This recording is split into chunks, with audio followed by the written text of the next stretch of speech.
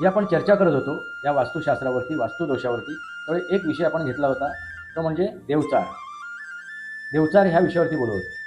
नक्की देवचार ही काय शक्ती आहे, ही काय ऊर्जा आहे? आता कोकणामध्ये त्याचा उल्लेख देवचार म्हणून केला जातो. मान्य करेल, पण ते मलाही कळेल की मी इथे कमी पडलो आहे किंवा ही गोष्ट चुकीची आहे, ही अर्धवट आहे, तर माझ्याही ज्ञानात भर पडेल. म्हणून तुम्ही कमेंटमध्ये आपले विचार मांडा, म्हणजे त्याच्यावरती आपण चर्चाही करू, मी माझी मतंही मांडेल. हेच ते वास्तव आहे.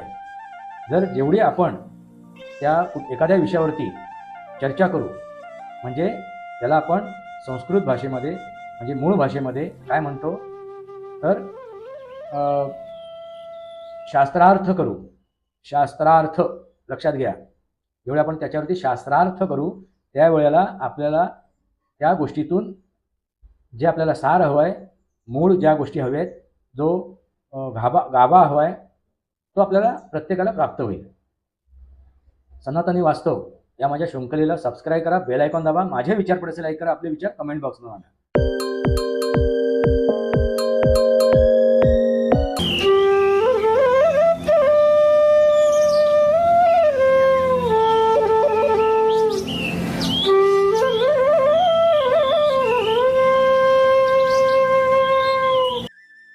नमस्कार मित्रांनो, वंदे मातरम.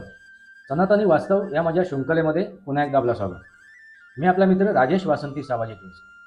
मित्रांनो, आपण चर्चा करतोय वास्तुशास्त्रावर. वास्तुशास्त्र हे अगाध शास्त्र आहे, तर याच्यावरती आपण चर्चा केलेलीच आहे. वास्तुशास्त्र म्हणजे नक्की काय असते, तर आता मी इथे सविस्तर बोलणार नाही आहे. मित्रांनो, वास्तुदोष हा शब्दसुद्धा आपण उच्चारतो. वास्तुदोष, दोष जेवढे आपण म्हणतो त्या वास्तूचा, तर त्याच्यामध्ये काहीतरी कमतरता असतात, काहीतरी उणीवा असतात, काहीतरी अडचणी असतात. मित्रांनो, त्या अडचणी, उणीवा, दोष हा विषय त्याच्यात नसतो. दोष नसतो. विषय काय असतो, तर त्या जागेत काय करायला हवं, कुठल्या जागेत काय करायला हवं. जर त्या जागेमध्ये आपल्याला व्यवसाय करायचा असेल किंवा एखादा उद्योग करायचा असेल, तर तो फळास येतो. किंवा जर ती जागा निवासी असेल, रेसिडेन्शियल असेल, तर तिथे जी काही घरं बांधली जातील त्यांना तिथे सुख प्राप्त होते.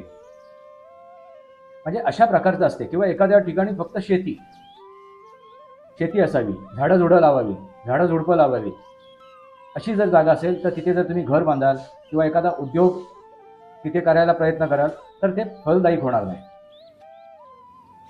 अशा काही विषय असतात. आणि दुसरी विषय काय असतो, तर ती जागा जर वापरात नसेल, तर तिथे त्या जागेमध्ये एक नकारात्मक एनर्जी वास्तव्य करते. बाकीच्या गोष्टी काय असतात, बाकीच्या दिशा असतात. पूर्व दिशा, पश्चिम दिशा, उत्तर दिशा, दक्षिण दिशा, किंवा ज्या उपदिशा आहेत, ईशान्य, आग्नेय, वायव्य आणि नैऋत्य.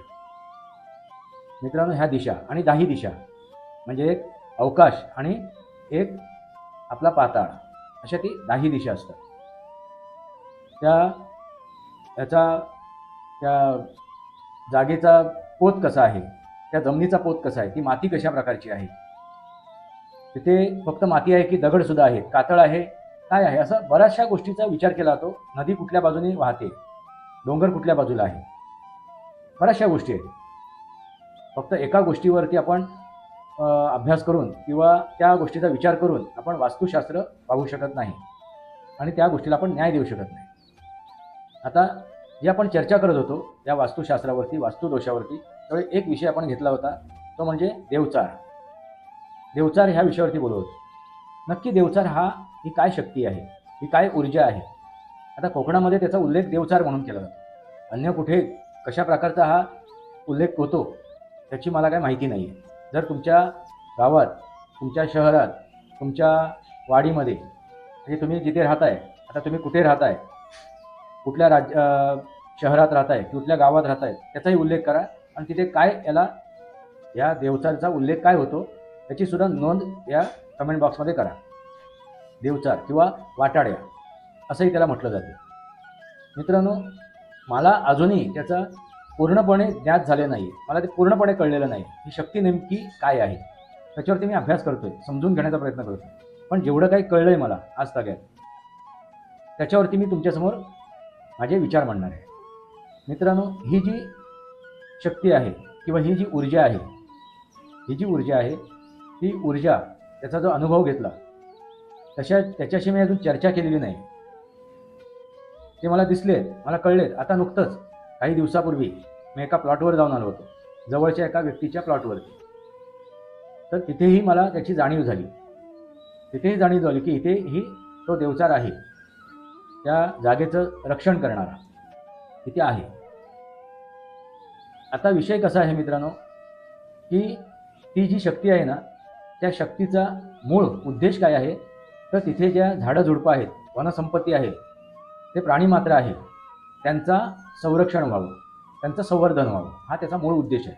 एवढं नक्की आहे, हे तरी मला समजून आलेलं आहे. त्यांचा मूळ उद्देश हाच आहे की सृष्टीचं संवर्धन झालं पाहिजे. मग त्या सृष्टीमध्ये वावरणारा प्रत्येक जीव, त्या बॅक्टेरियापासून मनुष्य प्राण्यापर्यंत प्रत्येकाचं संवर्धन झालं पाहिजे, संरक्षण झालं पाहिजे, हा त्याचा मूळ उद्देश आहे. आणि हे सुस्पष्ट आहे मित्रांनो. तो तिथे वावरत असतो आणि त्याचे काही मार्ग असतात.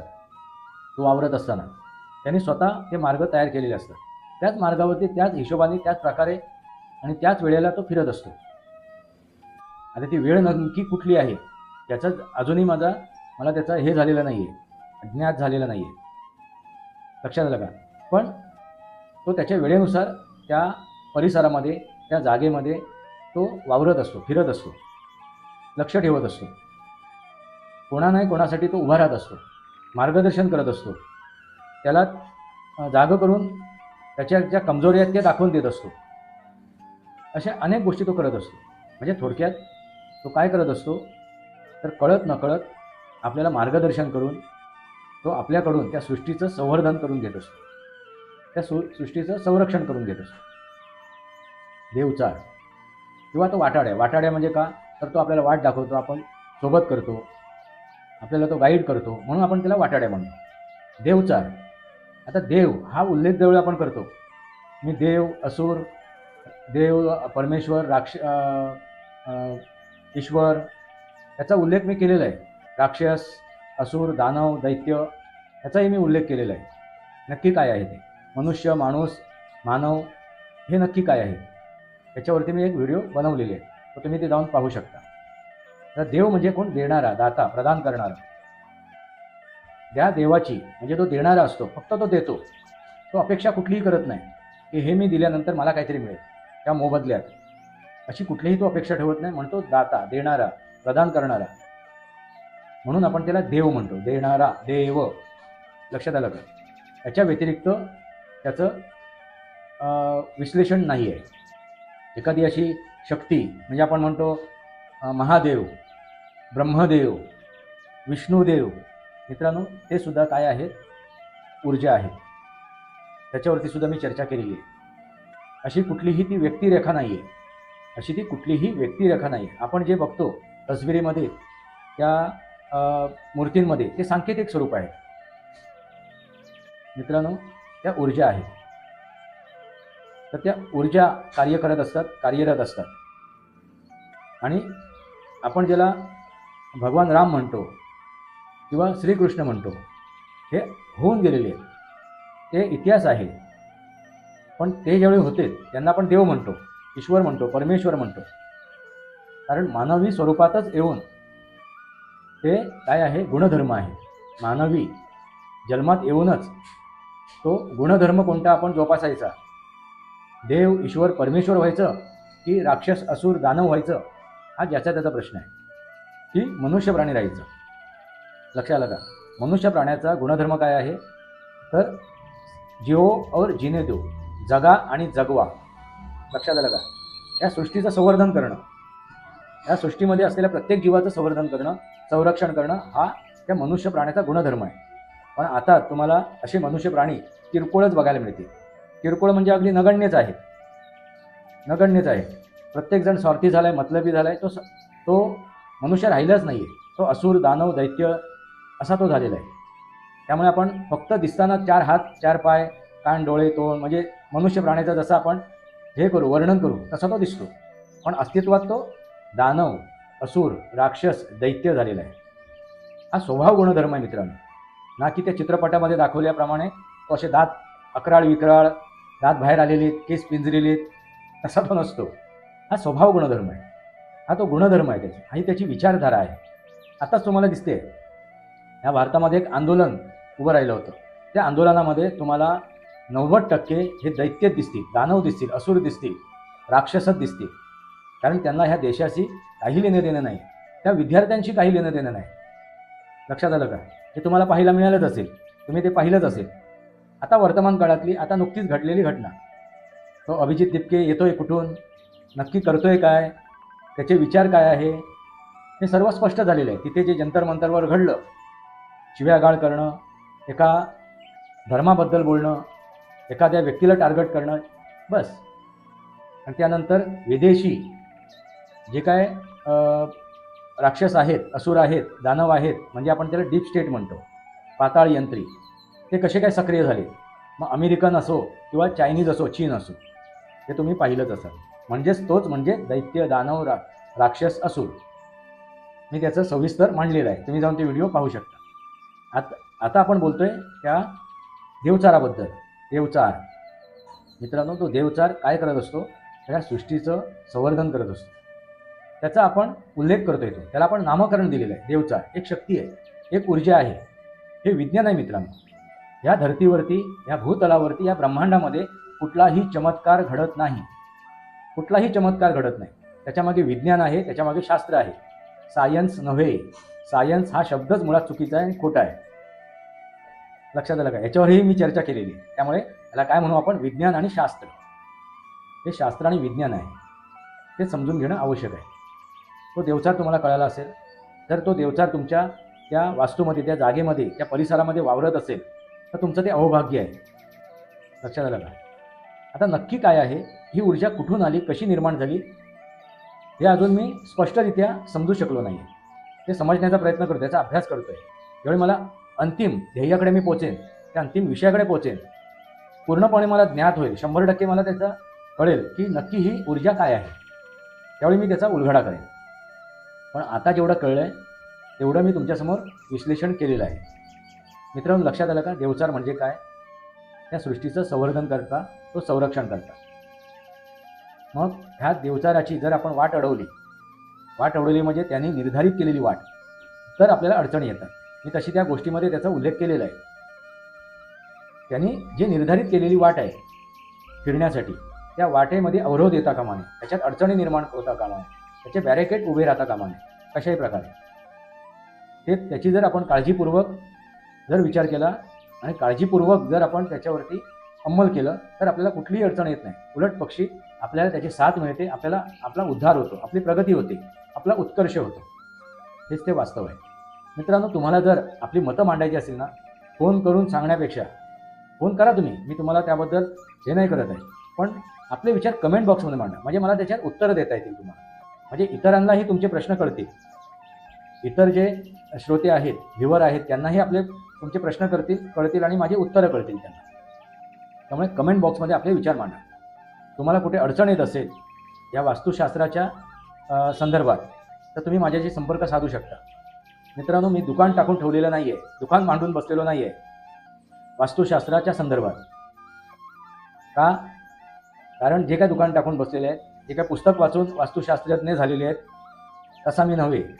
मी त्या 4 वेदांचा अभ्यास केला आहे, उपनिषदांचा अभ्यास आहे, त्या 18 पुराणांचा अभ्यास आहे, शास्त्रांचा अभ्यास आहे, म्हणजे जी मूळ धरोहर आहे आपली, त्याचा मी अभ्यास केलेला आहे. आणि तो परिपूर्ण झालेला नाही अजून आहे. लक्षात घ्या, अभ्यास केला म्हणजे परिपूर्ण नाही झालो आहे. कारण कितीतरी जन्म मला घ्यावे लागतील तर तो मला अभ्यास परिपूर्ण करायचा असेल. कारण शिक्षण हे कधीही संपत नाही, तुम्हाला नवनवीन त्याची माहिती मिळत असते.